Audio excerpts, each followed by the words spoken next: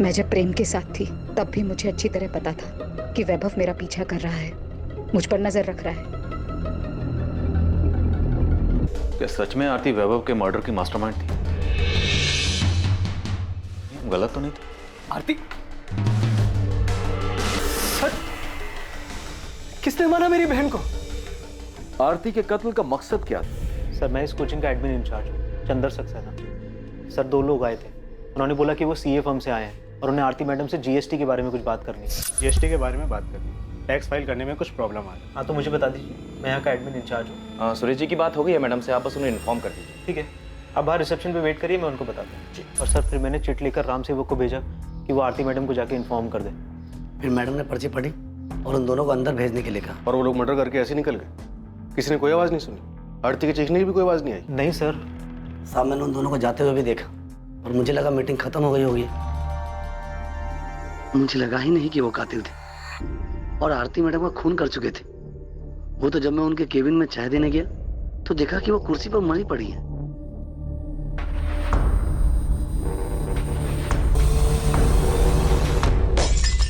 तुमने नहीं भेजा, पर तुम्हारी आरती से बात हुई थी ना कि जीएसटी को लेकर कुछ क्या? कोई बात नहीं हुई। सर, मैंने आपसे कहा था ना, मेरे सीए ने किसी को नहीं भेजा। मेरी भी अपनी सीए सुरेश पुजारी से बात हुई, ना तो उसने आरती से कोई बात की थी, ना उसने किसी को भेजा। तो कौन हो सकता है जो सीए के ऑफिस का बहाना करके आरती से मिलने आया और उसे मारकर चला गया? मुझे कैसे पता होगा सर? मेरी बहन को कोई मार के चला गया। मेरे लिए यही मानना मुश्किल हो रहा है अभी।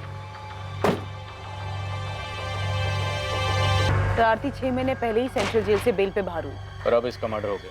सर, शायद वैभव जोशी मर्डर केस की फाइल हमें वापस खोलनी चाहिए। ये प्रेम मिश्रा अभी भी जेल में ही है ना? यस सर, उसने बेल के लिए अप्लाई किया था पर कोर्ट ने रिजेक्ट कर दिया। वो अभी भी सजा काट रहा है। अरे मिश्रा, वो तेरी जोड़ीदार आरती जोशी, मर्डर हो गया उसका।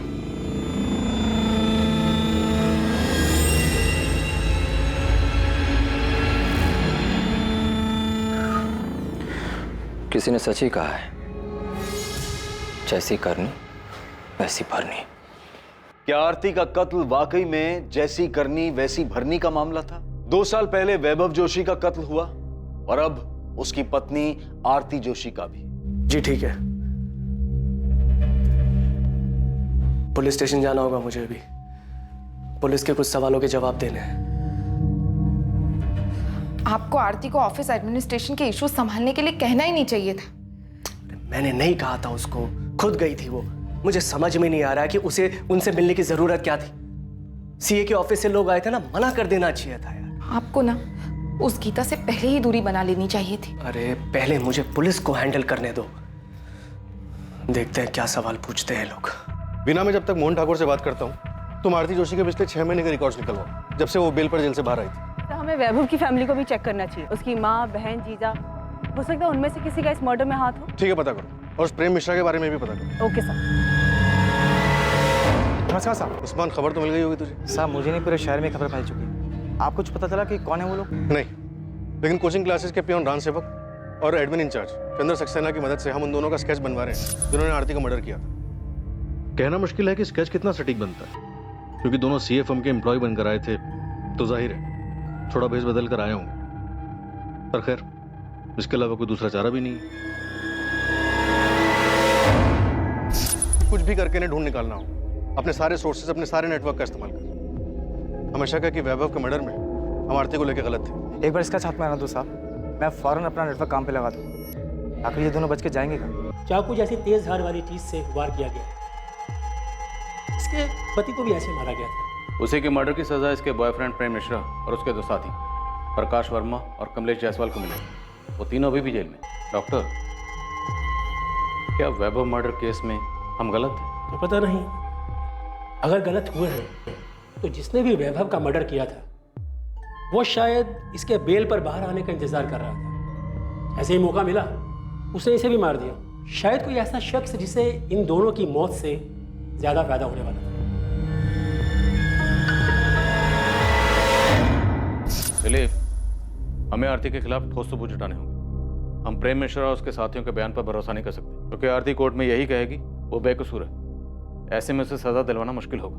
2 साल पहले यानी कि 2017 में पुलिस को एक ब्रेक थ्रू मिला था जब उन्हें अपने खबरी से यह खबर मिली कि एवी स्टडी सेंटर का एक स्टूडेंट योगेश पाल प्रेम मिश्रा के संपर्क में है।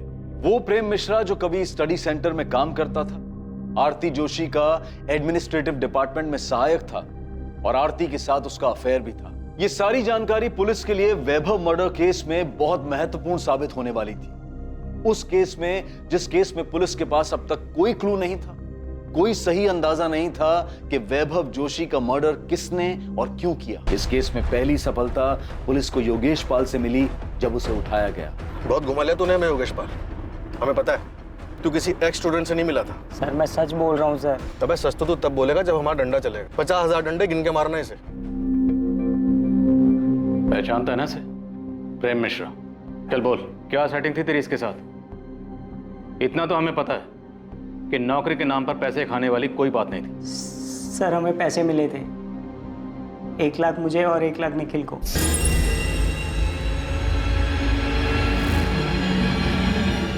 किसने दिए थे? प्रेम मिश्रा ने?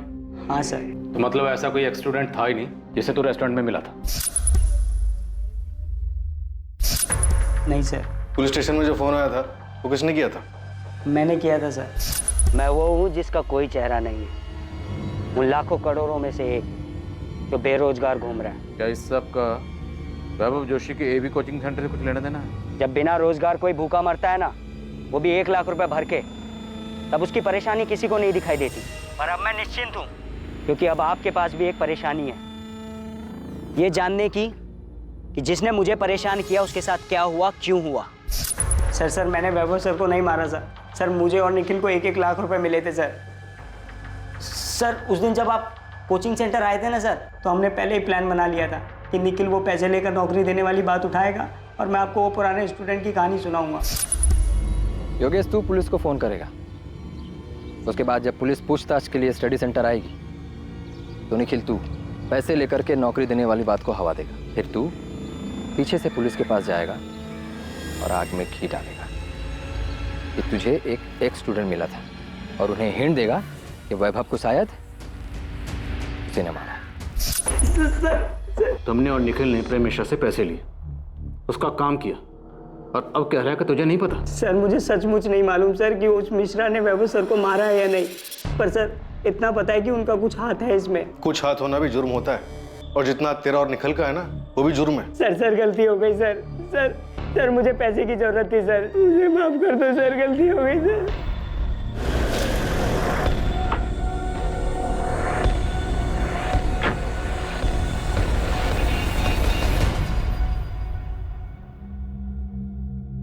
प्रेम मिश्रा। जी। योगेश पाल और निखिल कनौजिया जी हमारी कस्टडी में है। तुझे याद करके बहुत रो रहे हैं। चल। आरती तुम्हें क्या लगा था कि हम कभी इस एंगल में जाएंगे ही नहीं, कि एक पत्नी अपने ही पति की किडनैपिंग और मर्डर की प्लानिंग कर सकती है? ये सब झूठ है, मैंने ऐसा कुछ नहीं किया। मैंने अपने आज तक के पुलिस के करियर में किसी भी मुजरिम को नहीं देखा कि अब एक बार में अपना जुर्म कबूल कर ले। सर वैभव को मारने का प्लान आरती का था। ये झूठ बोल रहा है। आरती सब खत्म हो चुका है, तुम भी सच मान लो। नहीं, ये सच नहीं है। इसने मारा है वैभव को और अब सारा झूठा इल्जाम मुझ पर लगा रहा है। मैंने कोई प्लानिंग नहीं, मैंने किसी को नहीं मारा है। आप लोग सब लोग मिलकर मुझे फंसाने की कोशिश कर रहे हैं। हाँ, ये झूठी कहानी बना रहे हैं आप लोग। अरे इसने मारा होगा वैभव को अपने या किसी और फायदे के लिए। प्रेम मिश्रा ने अपना जुर्म कबूल किया और अपने दोनों साथियों के नाम बताए, जिसके आधार पर पुलिस ने प्रकाश वर्मा को अरेस्ट किया। वैभव के कत्ल और किडनैपिंग में प्रेम का दूसरा साथी कमलेश जायसवाल भी पुलिस की गिरफ्त में था।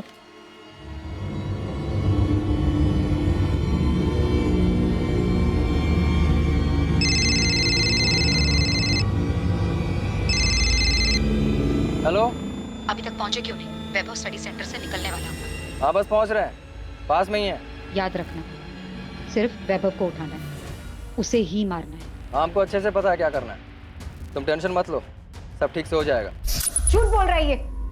हाँ, हमारा अफेयर चल रहा था, मैंने इसे उस रात कॉल भी किया था, लेकिन वो कॉल किसी किडनैपिंग या मर्डर प्लान के लिए नहीं था। सर ये झूठ बोल रही है, ये सारा प्लान इसी का था। यही मेरे पीछे पड़ी थी कि वैभव को मार देते हैं। किडनैपिंग से लेके मर्डर का पूरा प्लान इसी ने बनाया था।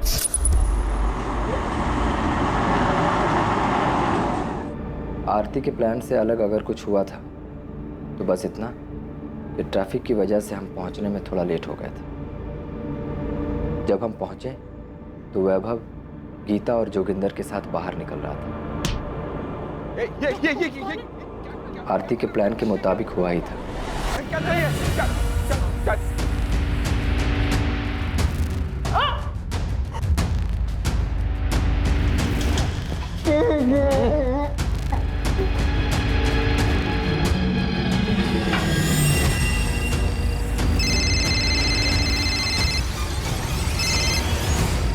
प्रेम, काम हो गया? हाँ हो गया। हम वैभव को लेकर के जा रहे हैं, तुम अपना नाटक शुरू कर दो। जैसा बोला है ना वही करना, कोई गलती मत कर देना। अरे हाँ मेरी जान, तुम टेंशन मत लो, सब वैसे ही होगा।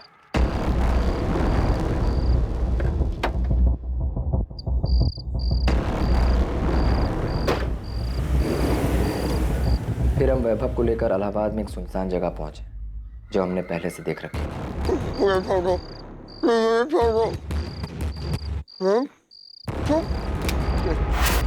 अरे आप इसकी बात सुनी क्यों रहे हैं? मैंने कोई प्लान नहीं किया, झूठ बोल रहा है ये। सर झूठ मैंने ये बोल रही है। और सर वैभव को मारने के बदले इसने मुझे 12 लाख रुपए देने का और मुझसे शादी करने का वादा भी किया था। पूछिए इससे। क्या बकवास कर रहे हो तुम? कौन आपके पति को मारकर उसका इल्जाम आप पर डालेगा? आरती जोशी, अब नाटक बहुत हो गया, बंद करो, अपना जुर्म कबूल करो। मैं कोई नाटक नहीं कर रही, मैंने कोई प्लान नहीं किया। नहीं मारा है मैंने वैभव को। प्रेम मिश्रा ने झूठ बोलकर मुझे फंसाने के पैसे लिए हैं।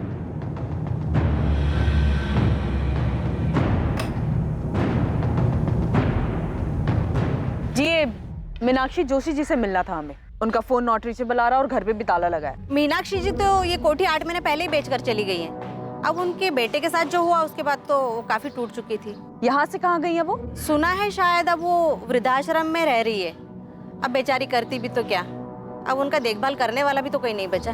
आप बता सकती हैं कौन से वृद्धाश्रम में है वो? नाम तो नहीं पता, पर 80 घाट के आसपास ही है कहीं। अब आप उनकी बेटी पार्वती से पूछिएगा, शायद उसे पता होगा। अगर अब भी अपनी माँ की परवाह करती होगी तो। और कितना करेंगे? जितना कर सकते थे किया, बाकी हमारी भी तो जिंदगी है, घर है, गृहस्थी है। अपना देखें या दूसरों का करते फिरे। देखिए, वैभव के जाने के दुख से माँ जी अभी तक उबर नहीं पाई हैं। सारा दिन उसके बारे में सोचकर, उसे याद करके परेशान होती रहती हैं। अब आप खुद बताइए, जो चला गया उसके लिए कब तक अफसोस करते रहेंगे? पार्वती वो तुम्हारी माँ है। हाँ तो उन्हें भी तो समझना चाहिए ना। और वैसे भी वो हमेशा से वैभव भैया की माँ ज्यादा रही है। हमारी तो उन्हें सिर्फ मुसीबत में याद आती थी, लेकिन अब ना सब कुछ सही। वो वहां खुश है और हम यहाँ पर खुश हैं। हमें ना तो उनसे और ना ही उनकी मुजरिम बहू आरती से कोई लेना देना है। अब लेना देना होगा भी नहीं, क्योंकि आरती का मर्डर हो गया। क्या? मर्डर कहाँ हुआ है? जेल में? उसकी कोचिंग क्लास में। आपको पता नहीं था वो बेल से बाहर आई हुई है? बेल पे बाहर आए या नरक में जाए, हमें कोई फर्क नहीं पड़ता। मेरे भाई को मार दिया, मेरी माँ को बेहाल करके छोड़ दिया, जिए या मरे बाहर में जाए, घर बेच दिया, सारा पैसा अपने पास रख लिया, मुझे एक फूटी कौड़ी तक नहीं दी। पार्वती तुम्हारी माँ ने कोई शिकायत नहीं की। हम आरती के मर्डर के सिलसिले में आए थे। हाँ तो यहाँ क्यों आई? जाइए उसके भाई मोहन घर जाइए, आप जाना है तो। मुझे पहले शक था उसने अपनी बहन के साथ मिलकर मारा है वैभव को, और अब ज्यादा लालच के चक्कर में आरती को ही मार दिया होगा। मोहन ठाकुर, आरती का बड़ा भाई, जो कि आरती के स्टडी सेंटर में पार्टनर था, मुनाफे में 25% का भागीदार था। क्या आरती के कत्ल और 2 साल पहले हुए वैभव के कत्ल में भी उसकी कोई भागीदारी थी? क्या मोहन ही इन दोनों हत्याओं का मास्टरमाइंड था? मोहन जिस पर 2 साल पहले भी पुलिस का ध्यान गया था, पर तब पुलिस उसकी तह तक नहीं गई थी। सर मैंने अपने सीए से फिर से बात की थी। उसने मुझे बताया कि जीएसटी फाइल करने में कभी कोई प्रॉब्लम थी ही नहीं। मोहन, अब आरती तो रही नहीं और उसका और वैभव का कोई बच्चा भी नहीं, तो कोचिंग क्लास अब किसकी हुई? सर मैं समझ रहा हूँ आप क्या कहना चाहते हैं, मगर आपको एक बात बता दूं कि जब आरती जेल में थी तो उसे बाहर निकालने के लिए मैंने अपना दिन रात एक कर दिया था सर। हाँ पता है, 11 लाख का बॉन्ड साइन किया था आरती के लिए। सर सिर्फ उतना ही नहीं, बेल पर बाहर निकलने के बाद आरती हमारे साथ ही रही थी। उसके पास जाने के लिए कोई जगह नहीं थी। जाहिर सी बात है, वैभव की माँ तो उसे अपने साथ रखती नहीं, और हमने सुना है कि वैसे भी सही सुना तुमने, उन्होंने अपना घर बेच दिया और अब वृद्धाश्रम में रहती। तो ऐसी हालत में मैंने ही उसे सहारा दिया था सर। वो अपनी जिंदगी एक नए सिरे से शुरू करना चाहती थी, मैंने पूरा सपोर्ट दिया उसे। तुम्हें पता उसकी जमानत कभी भी खत्म हो सकती थी। तो मैं दोबारा बेल करवाता, सर वैभव के साथ शादी के बाद वो वैसी बहुत भुगत चुकी थी। अब आरती के मर्डर के बाद तो उसकी जमानत का मामला भी खत्म हो गया। तो पता लगाइए ना किसने मारा है आरती को, कि आरती के मर्डर में इस प्रेम मिश्रा का हाथ हो या फिर वैभव की फैमिली ने बदला लेने के लिए आरती का मर्डर करवाया है। तुम्हें लगता है कि वैभव जोशी का मर्डर आरती ने करवाया था? सर मुझे यकीन नहीं था। मैं बार बार आपसे कह रहा था कि आरती ऐसा नहीं कर सकती, और मैं क्या, आरती ने भी आपसे चीख चीख कर यही कहा था कि उसने अपने पति को नहीं मारा है। पहले आप ही लोगों ने कोर्ट में साबित किया कि आरती ने ही अपने पति को मारा है, फिर आप ही ने उसे सजा दिलवाई, और अब आप मुझसे पूछ रहे हैं कि आरती ने सही में अपने पति को मारा था। हम भी ये मानते हैं कि शायद उस केस में हमसे चूक हुई थी। कोई तो ऐसा एंगल था जिसकी तह तक हमें जाना चाहिए था। मोहन, मैंने कुछ लोगों को पड़ोसी से पूछताछ करते हुए देखा। सुषमा, आरती हमारे साथ में रहती, जाहिर सी बात है ये लोग पूछताछ करेंगे। मुझे बहुत डर लग रहा है। डर को अंदर रखो, चेहरे पे मत लेकर आना। वैसे ही इन लोगों को मुझ पे शक हो गया है। मैं नहीं चाहता कि तुम्हारी वजह से कोई मुसीबत खड़ी। अभी वो पुलिस वाला मुझसे यही पूछ रहा था कि मुझे यकीन है कि आरती ने ही वैभव को मारा है। क्या? इसीलिए बोल रहा हूँ शांत रहो। हो सकता है ये लोग तुम्हें भी सवाल जवाब के लिए बुलाएंगे, मगर बिल्कुल आराम से शांति से जवाब देना, समझ आया? तुमने कहा था कि वैभव का मर्डर आरती का प्लान था, जिसका अब खुद का मर्डर हो चुका है, पर तुम अब भी सजा काट रहे। तुम्हें नहीं लगता कि अब तुम्हें सच बता देना चाहिए? सच मतलब पूरा सच। तुमने जानबूझ के आरती को वैभव मर्डर केस में फंसाया था। सजा होने के बाद आप ये सवाल पूछ रहे हैं? हाँ, क्योंकि आरती ने कभी नहीं माना कि उसने वैभव की किडनैपिंग या मर्डर प्लान की थी। उसने आखिर तक कोर्ट में भी यही कहा। मिसेज आरती जोशी, आप पर आपके पति वैभव जोशी को अगवा करने और उनका कत्ल करने और साजिश करने का इल्जाम है। आप ये इल्जाम कबूल करती हैं? सर, मैंने कुछ नहीं किया है। मुझे फंसाया जा रहा है। मेरे पति की किडनैपिंग और मर्डर में मेरा कोई हाथ नहीं है। तुम्हारे कबूल करने के बाद भी आरती ने हमेशा हमारे सामने और कोर्ट में यही कहा कि वो बेकसूर थी। वो बहुत शातिर औरत थी, आखिर तक अपना गेम खेलती रही। वो चाहती थी कि सारा इल्जाम मैं अपने सर ले लूं। शातिर वो थी या तुम हो? प्रेम चाहे जो कहे, आप लोग चाहे जो माने, लेकिन मैं जानती हूँ कि मैं निर्दोष हूँ। मैंने मेरे पति को नहीं मारा। जिस रात वैभव किडनैप हुआ, आपके और प्रेम मिश्रा के बीच में क्या क्या बातें हुई हम जानते हैं। और सिर्फ वही नहीं, मर्डर के बाद तुम दोनों के बीच में क्या बातें हुई थी ये भी जानते हैं। तुमको सबूत चाहिए? सबूत नहीं, बस कंफर्म कर रही हूँ कि काम हुआ या नहीं। तुमने उसे ठिकाने लगा दिया ना? हाँ, लगा दिया है। पक्का? कहीं ये काम तुमने किसी और पर तो नहीं छोड़ दिया? नहीं, मैंने खुद किया है। तुमको हम पे भरोसा नहीं है क्या? यकीन करो, हमने काम पूरा कर दिया है।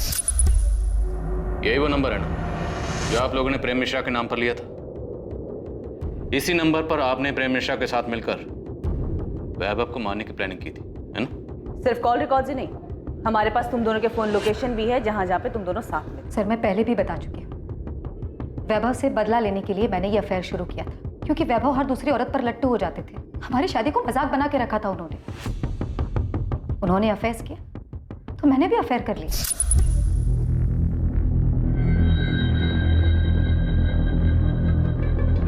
मैं जब प्रेम के साथ थी तब भी मुझे अच्छी तरह पता था कि वैभव मेरा पीछा कर रहा है, मुझ पर नजर रख रहा है। मैं वैभव के चेहरे पर वही दर्द, वही तकलीफ देखना चाहती थी। तुम्हारी हिम्मत कैसे हुई? कैसे हुई तुम्हारी हिम्मत? जैसे तुम्हारी हिम्मत। तुम्हें अगर हर दूसरी औरत के साथ सोने से पहले ना मेरी मंजूरी की जरूरत नहीं है ना, मुझे भी किसी के भी साथ सोने के लिए तुम्हारी मंजूरी की कोई जरूरत नहीं है। मैं तुम्हें जान से मार दूंगा। उस प्रेम को तो छोड़ूंगा नहीं मैं। उसकी नौकरी तो गई, उसकी भी जान जाएगी, देखना तुम। मैं भी ललिता को मारना चाहती थी, अब गीता को मारना चाहती हूँ। औरती अपनी हद में रहो तुम। हद में तुम रहो अपनी। तुम्हें क्या लगा? हाँ, सिर्फ तुम मुझे तकलीफ पहुंचा सकते हो। मैं तुम्हें बर्बाद कर दूंगी, समझे तुम? मुझे पता ही नहीं चला कब वैभव से बदला लेते लेते मैं प्रेम को सचमुच पसंद करने लगी थी। वैभव के मना करने के बावजूद मैंने प्रेम के साथ रिलेशनशिप कंटिन्यू किया। तो आपको पता था कि वैभव और गीता का अफेयर था? सिर्फ गीता नहीं, बल्कि मुझे उनके सारे अफेयर्स के बारे में पता था। हमारा बच्चा ना होने की वजह मैं नहीं बल्कि वैभव थे। मैंने फिर भी उनकी इस कमी को इग्नोर किया। क्यों? क्योंकि मैं उनसे प्यार करती थी, एक खुशहाल जिंदगी चाहती थी। मैंने उन्हें नहीं मारा है, और ये सब कुछ जो कॉल रिकॉर्ड्स और मोबाइल लोकेशन आप लोग मुझे दिखा रहे हैं, ये सब कुछ प्रेम ने मुझे फंसाने के लिए किया है। हाँ, हमारी बात होती थी, लेकिन उस बातचीत में कोई प्लानिंग नहीं थी, बल्कि हम आपस की बातें करते थे। लेकिन मुझे ये नहीं पता था कि प्रेम के दिमाग में ये सब चल रहा है। वो एक दिन किसी के साथ मिलकर मुझे फंसाने की कोशिश कर रहा है और यहाँ लाकर खड़ा कर देगा जहाँ पर आपको उसकी सारी बातें सच्ची लगेंगी। ये अदालत आरती जोशी, प्रेम मिश्रा, प्रकाश वर्मा और कमलेश जायसवाल को वैभव जोशी को अगवा करने की साजिश और उसके कत्ल के लिए दोषी पाती है। ये अदालत आरती जोशी को उनके पति वैभव जोशी के कत्ल और किडनैपिंग के जुर्म में 10 साल की सजा सुनाती है। आरती बहुत चालाक औरत थी। भले ही उसने आपके सामने या कोर्ट में अपना जुर्म कबूल नहीं किया, पर आपकी बनाई हुई चार्जशीट के आधार पे ही तो कोर्ट में उसे सजा हुई थी। तो क्या हम गलत थे? हो क्या गया सर आपको? आप क्यों अचानक आरती के बुने जाल में फंस रहे हैं? आरती का मर्डर हो चुका है। अगर ये जाल आरती ने बुना था तो फिर आरती को किसने मारा? उसे उसके किए की सजा मिली है सर, और कुछ नहीं। वैसे आप क्यों उसे बेगुनाह साबित करने पे तुले? वो मुझे सारा इल्जाम अपने सर लेने के लिए कह रही थी। जब हमें यहाँ से निकाला गया अपने वकील से मिलने के लिए, तब आरती मुझसे मिली थी। प्रेम, मेरे पास टाइम बहुत कम है, प्लीज मेरी बात सुनो। कितनी कमीनी निकली तुम। मेरे वकील ने सब बताया मुझे कि तुम और तुम्हारे वकील सब मुझ पे थोपने वाले। देखो आरती, अगर मैं डूबा ना तो तुम्हें भी साथ लेके डूबूंगा। प्रेम, मेरी बात तो सुनो। मेरे पास एक आइडिया है। नहीं चाहिए तुम्हारा कोई आइडिया वाइडिया। देखो, हम जैसा चाहते थे ठीक वैसे ही हो रहा है। वैभव भी मर चुका है, बस हमें एक गेम खेलना है, उसके बाद हम दोनों बच जाएंगे। उस दिन कहाँ गया था तुम्हारा ये हम दोनों? जब पुलिस के सामने चिल्ला चिल्ला कर कह रही थी कि वैभव को मैंने किडनैप किया है, मैंने मारा है, तुम्हारा इसमें कोई हाथ नहीं है। जिंदगी बर्बाद कर दी तुमने मेरी। मैंने कोई जिंदगी बर्बाद नहीं की प्रेम। एक बार ठंडे दिमाग से सोच कर देखो, अगर हम दोनों जेल में रहेंगे तो किसी काम के नहीं रहेंगे। वाह, तो अब तुम ये चाहती हो कि मैं जेल जाऊं और तुम बाहर मजे करो? देखो, मेरे पास बहुत पैसा है। अगर तुम कोर्ट में ये गवाही देते हो सबके सामने कि तुम्हें नौकरी से निकाल देने पर गुस्से में आकर तुमने ये सब कुछ किया है और इस जंजाल से मुझे अगर बाहर निकाल, ये जंजाल तुम्हारा फैलाया हुआ है। प्रेम, एक बार सोच कर देखो, हम अपनी जिंदगी नए सिरे से शुरू कर सकते हैं। इनकम की टेंशन नहीं है। वैभव की क्लास अब मेरी है।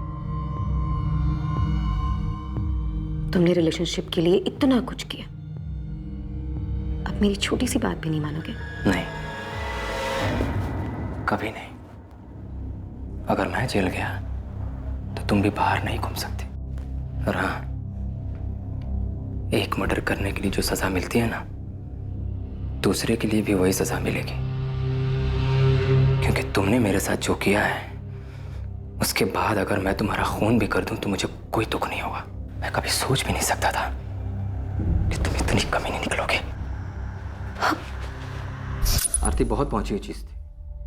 उसने अपने पति का मर्डर प्लान किया और मुझे भी उसका हिस्सा बना लिया, और मैं बेवकूफ उसके जाल में फंस भी गया। तुम्हारी बेल तो पहले भी ना होती, अब आरती के मर्डर के बाद तो और नहीं होगी, इसलिए कहानियां बनाना बंद कर। अब आपको मेरा सच भी कहानी लग रहा है? तो ठीक है, अब आपको मुझसे कुछ नहीं मिलने वाला। और हाँ, अगर आपको लगता है कि मैं यहां जेल में बैठ करके वहां आरती का मर्डर करवा दिया तो यही सही, क्योंकि अब मुझे कोई फर्क नहीं पड़ता है। बल्कि मुझे तो इस बात की खुशी है कि वो कमीनी मर गई। अब इतना बताया तो ये भी बता दो कि तुमने वैभव जोशी को मारा और आरती को फंसाया। अगर ऐसा है भी तो क्या? आरती को वैभव मर्डर केस में सजा हो चुकी थी और अब तो आरती भी मर चुकी है। प्रेम मिश्रा, वैभव के मर्डर और आरती के मर्डर का मास्टरमाइंड आरती का भाई मोहन ठाकुर है। उसने तुमसे प्रॉमिस किया है कि वो तुम्हें पैसे देगा और जेल से बाहर निकालेगा। कमाल कर दिया सर आपने। ये सवाल आपको 2 साल पहले पूछना चाहिए था ना। उस वक्त ये एंगल हमारी नजर से छूट गया था। बोलो, क्या मोहन ने फंसाया था आरती को? ये बात सच है सर। मोहन सर नहीं चाहते थे कि आरती फिर से क्लासेस ज्वाइन करे। मोहन ने कोचिंग सेंटर पूरी तरह अपने कब्जे में ले लिया? पता नहीं सर, पर मैंने एक बार मोहन सर को बात करते हुए सुना था, तब मुझे भी उनकी बात सही लगी थी। तुम्हें समझ में नहीं आ रहा है कि हमारे इंस्टीट्यूट के लिए कितना बुरा है ये? भले तुम बेल पर बाहर हो, मगर दुनिया ये नहीं बोलेगी कि तुम्हें कन्विक्टेड मुजरिम हो। भैया, आपको भी यही लगता है? मुझे क्या लगता है क्या नहीं लगता उससे कोई फर्क नहीं पड़ता है। दुनिया को तो यही लगे ना, एक लड़की जिसने अपने पति को मार दिया वही ये क्लासेस चला रही है। आरती, ये एक इंस्टीट्यूट है, दिस इज बिजनेस। आप अच्छी तरह से जानते हैं कि मुझे फंसाया गया था। मेरी भी एक लाइफ है। हाँ, लाइफ है, मगर कानूनी तरीके से जेल के अंदर। बस भैया ये क्लास मेरी है और वैभव के बाद उनके शेयर भी मेरे और आपका शेयर सिर्फ 25% है। सो प्लीज मुझे ये बताने का आपके पास कोई हक नहीं है कि मैं क्या कर सकती हूं और क्या नहीं।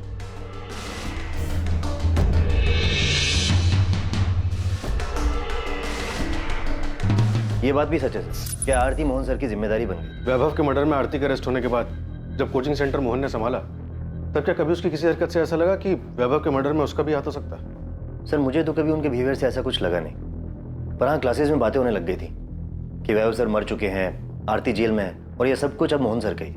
साहब ये दोनों जिन्होंने आरती को मारा है वाराणसी के तो नहीं, क्योंकि मेरी टीम ने पूरा शहर छान मारा लेकिन कहीं दिखे नहीं। मेरी टीम अभी काम पे लगी है, हो सकता है आसपास की है। साहब मुझे ऐसा लगता है कि आपको आरती के भाई मोहन ठाकुर पे फोकस करना चाहिए। ना तो हमें वैभव जोशी के कॉल रिकॉर्ड से कुछ मिला और ना ही मोहन ठाकुर। आरती के कॉल रिकॉर्ड से भी ऐसा कुछ नहीं मिला जिससे हमें कोई लीड मिल सके। साहब आरती के बिल के पीछे मोहन ठाकुर की साजिश है, इसका तो कोई प्रूफ नहीं है, लेकिन हाँ उसके पड़ोसी से बात की तो पता चला कि मोहन और उसकी बीवी आरती के साथ में रहने से खुश नहीं थे। वो तो क्लासेस के लालच में उनको मजबूरी में अपने साथ में रख रहे थे। आपने जब आरती को अरेस्ट किया वो टाइम हमारे लिए बहुत अच्छा नहीं था। हमारा एक बच्चा है जो अभी क्लास 7 में आया है। आप खुद ही बोली, हर जगह आरती की खबर छप रही थी, तो बच्चे पर क्या असर हुआ होगा। तो अगर आरती के अरेस्ट होने से आपको इतनी परेशानी हुई, तो जब आरती जमानत पर बाहर आई तब तो आपको और भी दिक्कत हुई होगी। आप जैसा समझे सर, लेकिन आरती जैसी जिद्दी लड़की मैंने आज तक नहीं देखी। घर पर रहने तक तो ठीक था, लेकिन वो क्लासेस में प्रॉब्लम क्रिएट करने लगी। उसे समझ ही नहीं आ रहा था कि उसके क्रिमिनल रिकॉर्ड की वजह से क्लासेस पे क्या असर पड़ेगा।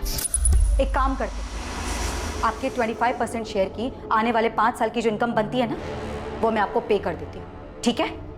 आरती इतना आसान नहीं है ये। शेयर दोगी तुम? 2 साल जब तुम पर तुम्हारे पति के मर्डर का केस चल रहा था ना, और फिर तुम्हें सजा हुई, तो यही थे जिन्होंने क्लासेस संभाली थी। ये बात बार बार बोलकर आप मुझे क्या जताना चाहती? आप दोनों ने मिलकर बहुत बड़ा महान काम किया है मुझ पर। वो क्लासेस मैं और मेरे पति मिलकर चला रहे थे। वही पति जिसका तूने खून कर दिया। एक नंबर का घटिया और एहसान फरामोश इंसान था वो। बुरा मत मानो, तुम भी ना कुछ कम नहीं हो। आरती तुम्हें पता भी है तुम्हारे यहाँ रहने से हमें क्या क्या सुनना पड़ता है? उस वक्त भी लोगों ने हमें न जाने क्या क्या कहा था। वाह, आपको तो सब याद है, लेकिन ये याद नहीं होगा कि पति का मर्डर करने वाली उसी औरत की क्लासेस की कमाई पर आप ऐश कर रही हो। लेकिन हाँ, मेरे यहाँ रहने और क्लासेस ज्वाइन करने से आप लोगों की जिंदगी तबाह हो जाएगी। तुम्हें यहाँ पर रहने से कौन मना कर रहा है? तुम रहो ना यहाँ पर, तुम्हारा ही घर है। हम बस इतना चाहते हैं कि तुम क्लासेस से दूर रहो। हमने आरती को कितना समझा, लेकिन उसने हमारी एक नहीं सुनी। क्लासेस जाना छोड़ा नहीं उसने। और आपके पति मोहन ठाकुर? मेरे पति आरती के बड़े भाई, क्लासेस शुरू करने में उन्होंने ही उसकी हेल्प की थी, जिसके बदले मोहन को कोचिंग के प्रॉफिट में शेयर मिलता है। हाँ, तो ये उनका हक बनता है, लेकिन मेरे पति लालची इंसान नहीं है कि क्लासेस के लिए अपने जीजा और बहन का मर्डर करवा देंगे। सुषमा जी, हम यहाँ सिर्फ आरती के मर्डर की बात कर रहे हैं।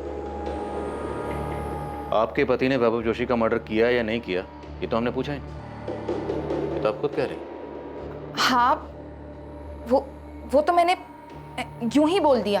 हो सकता है ये लोग तुम्हें भी सवाल जवाब के लिए बुलाएंगे, मगर बिल्कुल आराम से शांति से जवाब देना। बोल दिया क्योंकि आप उन पर इल्जाम लगाए जा रहे हैं। इल्जाम तो हमने लगाए नहीं सुषमा। क्या वैभव जोशी का मर्डर आपके पति मोहन ठाकुर ने करवाया और अब आरती का मर्डर भी उन्होंने करवाया?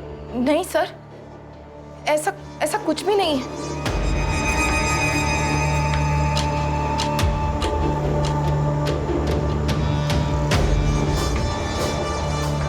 मोहन और सुषमा ठाकुर पर नजर रखो। इस बार शायद हम सही दिशा में।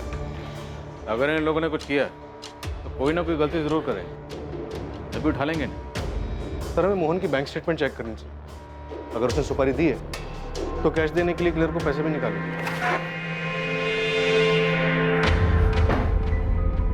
कैसा रहा? सब ठीक था ना? नहीं, मैं डर गई थी। पता नहीं कि क्या बोल दिया मैंने। क्या बोल दिया? मैंने घबराहट में बोल दिया कि तुमने ना वैभव को मारा है ना आरती को। अरे सुषमा, मैंने तुम्हें सब कुछ तो समझा के भेजा था। हे यार। मोहन ठाकुर और सुषमा ठाकुर अब आरती मर्डर केस के अहम संदिग्ध थे। वैभव मर्डर केस में भी मोहन के अहम संदिग्ध होने का अंदेशा था।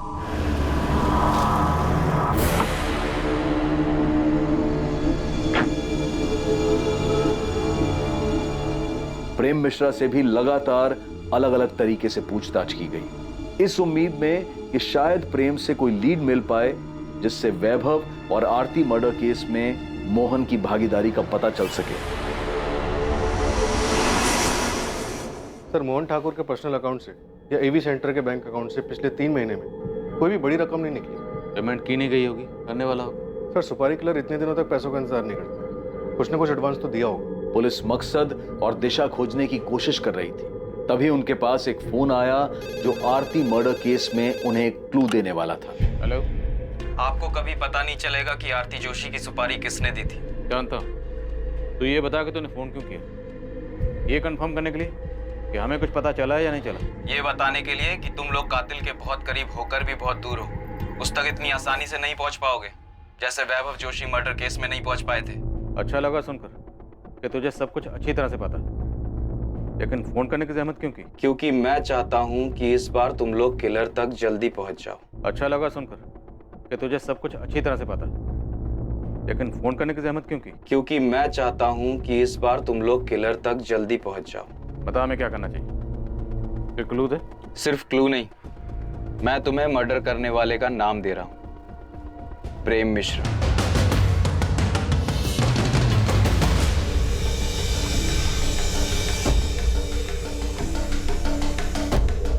बिना पिछले 2 महीने में तो किसी भी अपराधी की बेल नहीं हुई है। क्या फिर भी आप अपने रिकॉर्ड में चेक करके बता सकते हैं कि प्रेम मिश्रा अब किसके साथ सेल शेयर कर रहा था और उनमें से कौन कौन बाहर है और किस किस से उसकी बातचीत थी?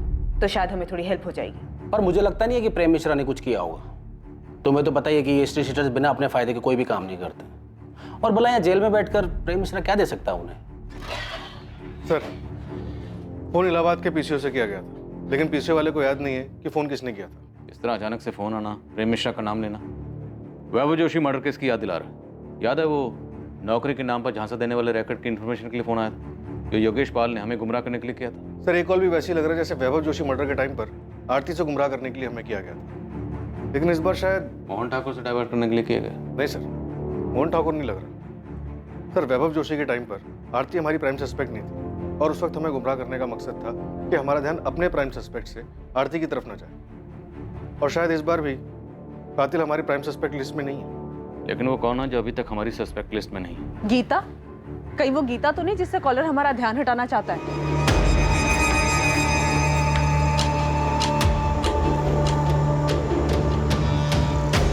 गीता ने वैभव के मर्डर का बदला लेने के लिए आरती का मर्डर कर दिया। सर, गीता और वैभव अफेयर में थे, वो शायद शादी करने वाले थे, लेकिन उसके पहले ही वैभव का मर्डर हो गया। तो जब आरती को बेल मिली तो गीता ने अपना बदला लेने के लिए उसका मर्डर करवा दिया होगा।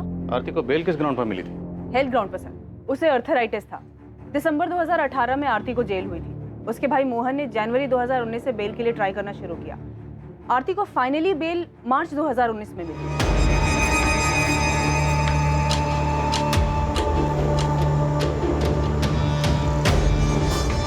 क्या हुआ? पुलिस ने उस बारे में कुछ पूछा? नहीं, पुलिस को उसके बारे में कुछ नहीं पता। अगर बाद में पता चला तो? अब अगर पूछेंगे सब बता दूंगा। वीना, ये वैभव की मां मीनाक्षी जी ने अपना घर कब बेचा था? मीनाक्षी जी तो ये कोठी 8 महीने पहले ही बेचकर चली गई है। तो मीनाक्षी जी की पड़ोसन ने कहा था 8 महीने पहले। 8 महीने मतलब जनवरी 2019 में? Yes sir.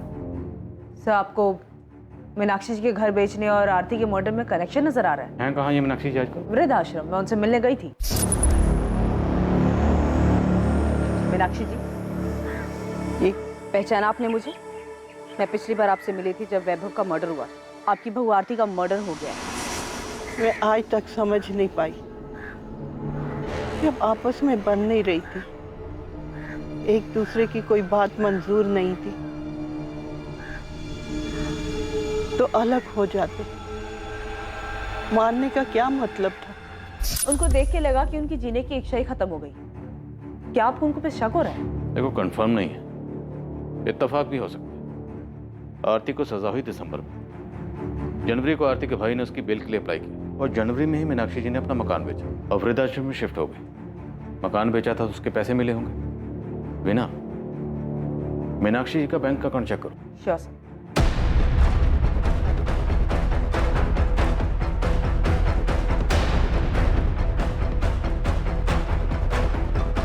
उस्मान, मीनाक्षी जोशी के कॉल रिकॉर्ड्स नहीं है क्योंकि वो फोन यूज ही नहीं करती। सर बिना फोन के कोई कॉन्टैक्ट क्लियर को सुपारी कैसे देगा? हम मीनाक्षी जोशी के दामाद किशोर और बेटी पार्वती के कॉल रिकॉर्ड्स देख रहे हैं। उनके दामाद का कहना है कि वो और वैभव पहले दोस्त थे, बाद में रिश्तेदार बने। हम दोनों एक दूसरे के बहुत करीब थे। मैं तो वैभव को तब से जानता था जब हमारा रिश्ता बना भी नहीं था। लेकिन ये पार्वती और किशोर तो मीनाक्षी को देखने तक नहीं जाते। तुम दोनों पे नजर रख, कभी कभी तीर अंधेरे में भी निशाने पर लग जाता। मैं मूर्तिगंज पुलिस स्टेशन से assistant sub inspector Veena Shukla बोल रही हूँ। मुझे एक अकाउंट की डिटेल्स जल्द से जल्द चाहिए। मैं रिक्वेस्ट मेल कर दे रही हूँ, थोड़ा जल्दी कीजिएगा।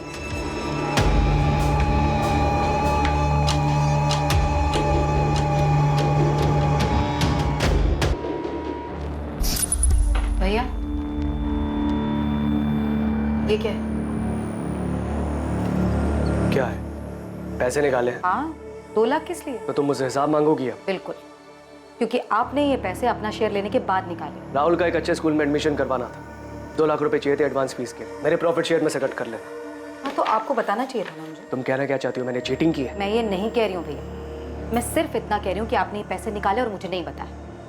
मैं भी जिंदा हूँ, मरी नहीं हूँ। सड़ रही थी तुम जेल में, मैंने दिन रात एक करके पैसा खर्च करके तुम्हें जेल से बाहर निकाला, और तुम मुझ पर, अपने बड़े भाई पर चढ़ रही हो।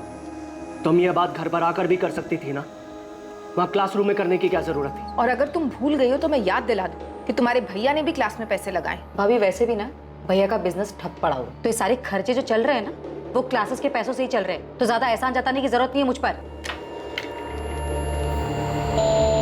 हाँ भैया, वैसे एक बात और, दोबारा आप कोई भी ट्रांजैक्शन करेंगे तो मुझसे पूछ कर ही कीजिएगा, फिर चाहे मैं जेल में ही क्यों ना। आप बिजनेस में शेयर होल्डर, मालिक नहीं।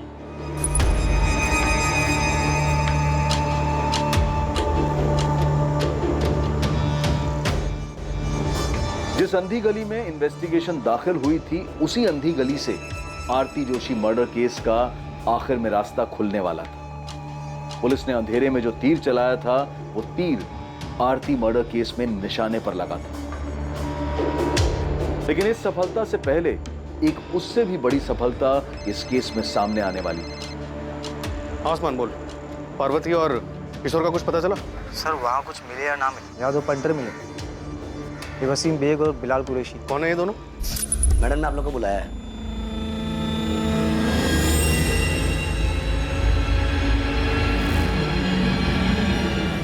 साहब ये वही लोग हैं जिसका स्केच पियोन और उसके एडमिन इंचार्ज ने बनवाया था। इन्होंने आरती का मर्डर किया था। साहब आप फौरन पहुंचिए, लगता है सुपारी का पैसे लेने के लिए आए। तू वहीं पे रुक, मैं 5 मिनट में वहां पे पहुंच रहा हूँ।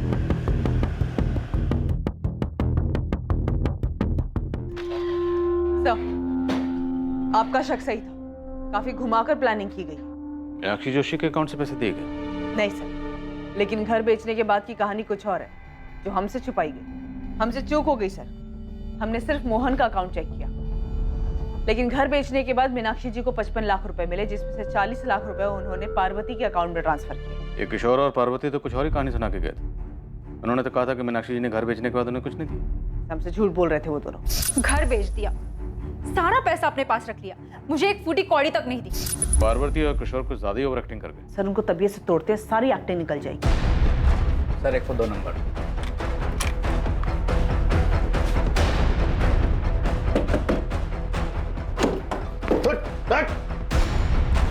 अकेला ठोकेगा या अपने पार्टनर के साथ? बुला वसीम को। वसीम! चलिए माँ जी, पार्वती और किशोर आपका पुलिस स्टेशन में इंतजार कर रहे हैं। बैलेंस पैसे लेने आए थे सर। तुम दोनों में से मुझे फोन किसने किया था? मैंने किया था सर, वो भी हमारे प्लान का हिस्सा था। एडवांस कितना मिला था? 4 लाख। और बैलेंस कितना था? 6 लाख सर। आज की तारीख फिक्स हुई थी बैलेंस लेने के लिए। ये 4 लाख है, बाकी 6 काम होने के बाद कल काम हो जाएगा। अच्छा, उसके सीए का नाम सुरेश पुजारी है। एक बार में याद हो गया था भाई, उसके जीएसटी का भी पता करके आए। तुम टेंशन मत लो, कल काम हो जाएगा।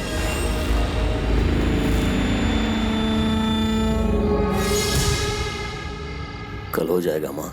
कह दिया उसे कि उसे भी उतना ही दर्द होना चाहिए जितना मेरे बेटे को हुआ था। उसे दर्द होगा, वैभव से ज्यादा दर्द होगा उसे। आरती को मारने की प्लानिंग आपने जनवरी में शुरू कर दी थी। मैं पहले ही मारना चाहती थी, लेकिन जनवरी में पक्का कर लिया था। आज फिर कोर्ट में उसकी बेल की सुनवाई है माँ। बस उसे बेल जल्दी मिल जाए। देखिए, लगता तो इस बार जल्दी मिल जाएगी। आप यहाँ क्या कर रही हैं? आप क्या चाहती हैं आप?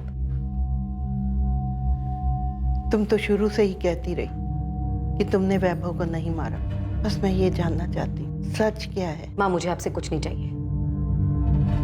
मैं आपके पास नहीं आऊंगी। जैसी तुम्हारी मर्जी। बस मैं तो ये जानना चाहती हूँ कि तुमने वैभव को मारा है। बोल बेटा, तुमने ही मारा है ना? हाँ, मैंने मारा वैभव को, क्योंकि वो अपने घटियापन और अपनी गंदी चीजों से बाज नहीं आ रहा था। 5 सालों में जो दर्द और जो तकलीफें उसने मुझे दी है, वही दर्द मैं उसे देना चाहती थी। हाँ, मैंने मारा है आपके बेटे को, क्योंकि मैं आपके बेटे से नहीं बल्कि प्रेम मिश्रा से प्यार करती हूँ। पर तूने मुझे पहले कभी कुछ बताया क्यों नहीं? मैं अपने बेटे से बात करती, वो तेरे रास्ते से हट जाता और तू अपनी जिंदगी जी लेती। मैं उसे छोड़ना नहीं चाहती थी, मारना चाहती थी। मैं ये घर बेच दूंगी और वृद्धाश्रम चली जाऊंगी, और वहां पे तुम दोनों में से कोई भी मुझे मिलने नहीं आएगा। और इस तरह किसी को मुझ पे भी शक नहीं होगा और तुम लोगों पे भी नहीं होगा। उन पैसों से मैं आरती को मरवाऊंगी। मार दिया मैंने उसे, मार दिया। उसे वही दर्द दिया जो उसने मेरे बेटे को दिया था। मैं कबूल करती, ये सब मैंने अकेले किया है। इसमें मेरी बेटी और दामाद का कोई लेना देना नहीं। मीनाक्षी जी, कानून किसी की मर्जी या खुशी के लिए काम नहीं करता। आरती के मर्डर के लिए दोनों को भी सजा होगी। देखिए, मैंने जो कुछ भी किया, मुझे इस बात का कोई अफसोस नहीं। मैं अपना जुर्म कबूल करता हूँ। मुझे भी कोई अफसोस नहीं है। अपने बेटे की मौत का बदला लेके खुश हैं आप? हाँ, मुझे बदला लेना था। उसने मेरे बेटे को मारा, मैंने उसकी जिंदगी खत्म कर दी। मीनाक्षी जी, आपने सिर्फ आरती की जिंदगी खत्म नहीं की, बल्कि अपनी बेटी और दामाद की जिंदगी भी खत्म कर दी। मोहन और सुषमा को डर था कि बेटे के एडमिशन के लिए निकाले गए 2 लाख रुपए कहीं उन्हें बेवजह आरती मर्डर केस में ना फंसा दे। प्रेम मिश्रा और उसके दोनों साथी वैभव मर्डर केस में जेल में सजा काट रहे हैं। किशोर राजपूत, बिलाल कुरैशी, वसीम बेग, पार्वती राजपूत और मीनाक्षी जोशी को आरती मर्डर केस में बुक किया गया है। कोई ये कैसे सोच सकता है कि किसी की जिंदगी खत्म कर देने से रिश्तों में आई इन दूरियों का समाधान हो सकता है?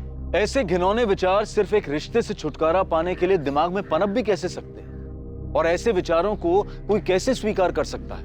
आखिरकार वैभव की हत्या से आरती को क्या हासिल हुआ? और बदले की भावना से आरती की हत्या करके मीनाक्षी जोशी, उसकी बेटी और दामाद को क्या मिल गया?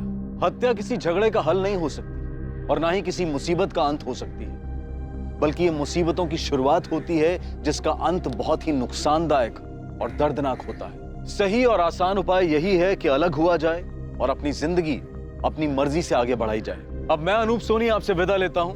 कल रात 11 बजे आपसे फिर मुलाकात होगी एक और नए केस के साथ। और याद रखें, क्राइम और आपके बीच में सिर्फ इतना फर्क है कि आप कितने सतर्क हैं। सतर्क रहें, सुरक्षित रहें, नकारात्मक विचारों से दूर रहें और अच्छे विचारों को जगह दें। जय हिंद।